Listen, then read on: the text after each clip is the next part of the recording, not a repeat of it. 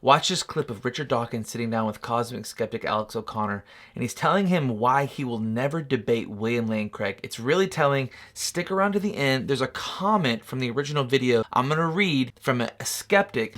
Really, really important. Check it out. Who's the most formidable debate opponent that you have had in your career that you can think of now on this question of God's existence?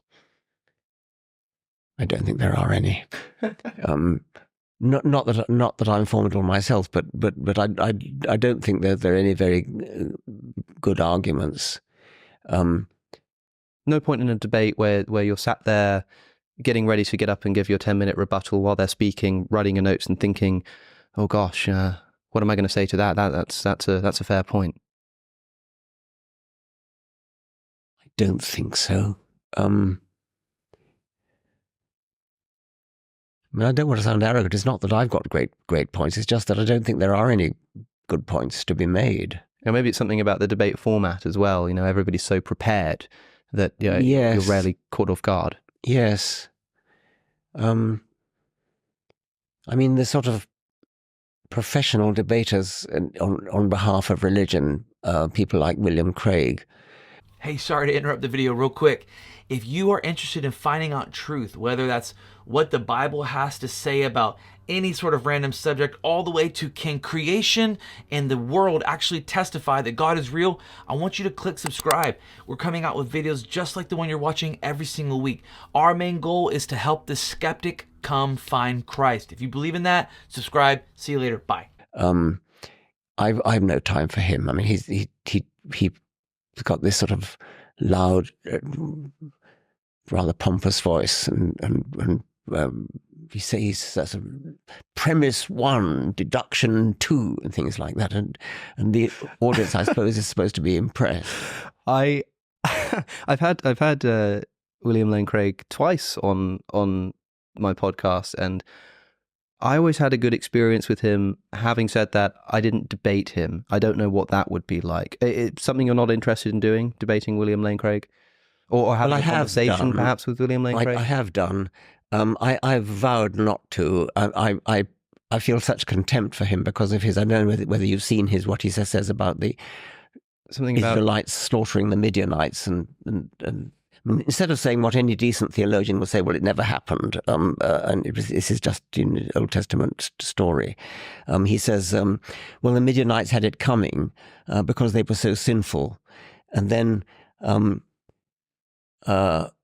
If you worry about the Midianite children who had their brains beaten out of them, that's okay because they went straight to heaven, and that finished him off as far as I was concerned. Now, for me, I actually wrote a piece in the Guardian saying why I will never have anything to do with him. I can see why you might sort of look at something like that and say that's an evil thing to think. That's an evil thing to say. I don't want to debate this person. A few moments ago, you told me that the idea of the New Testament in general about being born in sin and needing salvation is an evil idea. Yes, and yet that's an idea that many of the opponents that you have spoken to will have believed. They believe evil things too. So why particularly with William Lane Craig? It's a fair point. I think the thing is that the Christian theologians who take this seriously are honestly well-meaning. I mean, they believe in the God of love. They believe in Jesus as the Son of God of love, and so on. I think the sheer they would never have defended the slaughter of the Midianites and the Jebusites and things in the book of Joshua as somehow justified because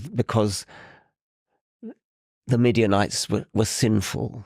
I think it's an order of magnitude worse there. Perhaps you would disagree with that. Maybe. I mean, I think there's a sense in which a Christian who believes in the historicity of the Old Testament, I mean, the Midianites might be, I'm sometimes told it's complicated by the fact that it's Moses who instructs the slaughter of the Midianites, but it seems clear to me that this is sanctioned by God. I think that a Christian who believes in the historicity of the Old Testament just has to believe that whatever happened there was somehow okay with God, was somehow moral. Now, I agree that to me is a criticism I make all the time. How could this be moral? But I also say, how could it be moral that God allows children to get cancer? How could it be moral that, you know, Yes. and I suppose the thing that I would say is that if you pressed a Christian, well, if there's a good God, why do children get cancer? They just have to say something like, there must be some reason for this. There must be some explanation. Yes, I suppose that if they really do if they really do believe the literal word of the Bible, but then that brings us back to fundamentalist creationists. I mean, well, even just in terms of why God would allow evil at all. What I'm imagining, in other words, is suppose we had this other Christian philosopher debater, and somebody had said to them, well, why do children get cancer if there's a good God? And they said, look, if I believe in a good God, I have to believe that the children who die of cancer are going to heaven. I have to believe that there's some reason for the suffering that they're undergoing. Yes. Now, you could say, this person said that, you know, kids who have cancer, oh, they should be grateful because they're going straight to heaven, and oh, there's some reason to give children cancer. That's despicable. I want nothing to do with this person. I'll never debate them. However, I would suppose that basically everybody that you've debated on the topic of Christianity would say something like that about cancer in children. Would. And so I wonder why with William Lane Craig it's a particular problem. You make a good point. I suppose none of these sophisticated theologians take the literal word of the Old Testament seriously. I mean, they don't believe in Adam and Eve, for example. They don't believe in therefore why would you believe that the story of the Midianites is history? Why not just sort of say, well, this is some kind of tribal myth, and all sorts of tribes have these horrible... Well, I can keep up this God's advocate, if you like. I would say, in other words, I would answer that question with a Christian hat on by saying that the Bible is a collection of books rather than a book, and that book contains different genres, and that the genre of Genesis is something like poetry. Exactly. The genre of Numbers seems much more to be, at least intended to be, history, in a way that the genre of Paul is letters, it's epistles. Whether or not you think he actually even existed, you know, I mean, I think Paul existed, just to be clear, but, you know, it doesn't really matter. It's still clear that if you think that it's true, the kind of thing that Paul's doing is writing letters, the kind of thing that Acts is doing is essentially, you know, biography or history, is attempting to do that. It seems to me that where Numbers is very obviously trying to just recount historical events, Genesis seems a lot more allegorical to me. And so it doesn't seem inconsistent for me to say, well, of course I don't believe in Adam and Eve. I don't believe in the 7-day creation. But I do believe that there was a real slaughter of the Midianites by Moses and his armies. Well, yes. And then, I mean, I don't think you should then go ahead to justify it, but by saying that they were sinful. I mean, I should have thought that the right and proper thing for a Christian to say is the slaughter of the Midianites is no more factual history than the story of Jupiter or Apollo, Thor with his hammer and things. These are tribal myths, which we can study as mythology. But why go out of your way to make it sound much more evil than it really is, by saying, well, the Midianites were sinful and their children were going to heaven anyway? It's somehow, I just find it more appalling. Perhaps I'm wrong, but I find it sort of appalling that you take it so seriously, that you actually, well, you take the belief in the historicity of it so seriously that you even defend it, rather than just say, as any decent bishop would say, well, it's never happened. I think that as particularly at the height of the new atheism and religion debates that were happening in the sort of late 2000s, I think a lot of people were disappointed that the forerunner of the atheist side, Richard Dawkins, and arguably the forerunner of the Christian side, William Lane Craig, never came together to have that debate. Because even if you do think that what he believes there is particularly and specifically evil, I suppose everything you've just said to me, people would probably just like to see you say that to William Lane Craig. I wrote an article in The Guardian saying it, and I did in fact have a debate with him in Mexico, I forget when. With the boxing ring? Yeah. Yes.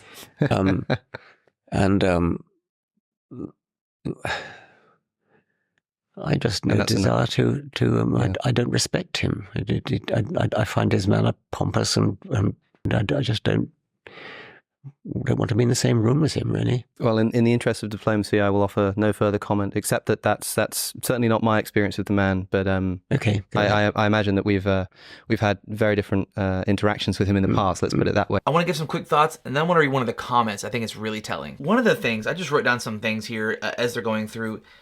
In the beginning, Dawkins has so much arrogance. It's actually appalling. I know I've seen several videos of William Lane Craig and him actually being asked the same question. Are there atheists who make it challenging, or you kind of start shaking in your boots? And he's like, yeah, there's some really good atheist argument debaters out there. And just a lot of charity, a lot of humility. Dawkins has very little. I mean, he says, I don't want to seem pompous, but I mean, like, that's what, I don't know how else to take it. That there's literally no one who can make you feel like they have a good argument. I just feel like it's really disingenuous. And in his position, people talk about religion being really closed-minded. It behooves Dawkins to say that no, there is no party who makes me nervous, because the moment he does say that, that means there's a chink in his armor. I also thought it was just silly. He says he was criticizing William Lane Craig's debate tactic. He did it really quickly, but he's like, and point one and deduction one. And I'm like, dude, that's debating. And like, I would imagine he would want someone who's intellectual debating him. But I actually, as we're about to dive further into the comments here and some of the things I had to pull out, you're going to see Dawkins does not seem to want an intellectual debate him. He wants rather closed-minded fundamentalist. The Midianite thing is weird because most, if not all, apologists that I know of hold it as true history. So I don't know what he's talking about people who believe it's not history. And so the question also is so strange. Every time somebody brings up the Midianites or the Canaanites or some sort of disaster that's happened in the Bible, regardless of the fact that many of these people encourage and are for the slaughter of millions of babies and unborn babies every year, so it doesn't really matter. But the question you need to ask yourself is, okay, is there a God? It may not be the God of the Bible, but is there a God? I think there's good evidence. In the other full video of this, Alex pushes him on this, and Dawkins gets a little nervous. We'll put some more videos out on this in the future. Is there a God? Okay, the moment you say at least yes or maybe there's a God, then you need to ask, is Jesus his son? Are the claims of Jesus, is the story of his death, burial, and resurrection possible or probable? Then I would say you need to go and then you need to say, okay, the promises and the truth claims that Jesus made after his resurrection, are those things happening? Like, are his disciples casting out demons? Are they healing the sick? Are they doing the miraculous? If you can prove those things, then you have a very good base of evidence to say that yes, God is real. After that, and the God of the Bible. After that, when you look at something like the Midianites, you've already established that Jehovah is real, Yahweh is real, Jesus is the Son of God. At that point, when you look at the Midianites, you're going to have to get to the place where you say, I don't understand this fully, but I know this is true, because this is where I'm at. I don't understand this fully.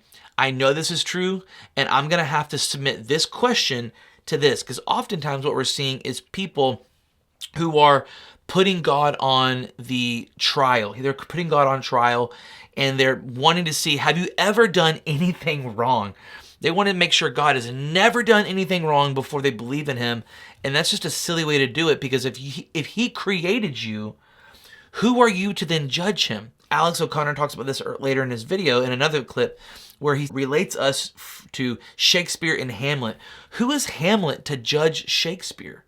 Okay, so we need to first establish, is he real? Everything else, we have to leave it up to him. Now, this is the main point I want to bring before we read that comment at the end. So many of his arguments are hinged on debating fundamentalist type Christians. What I mean by that is Christians who look at the Bible as just black and white. There's no nuance. There's no push here or there.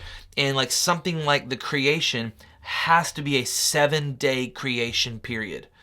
No nuance there. William Lane Craig doesn't believe in a 7-day creation. He believes in an old earth creation narrative.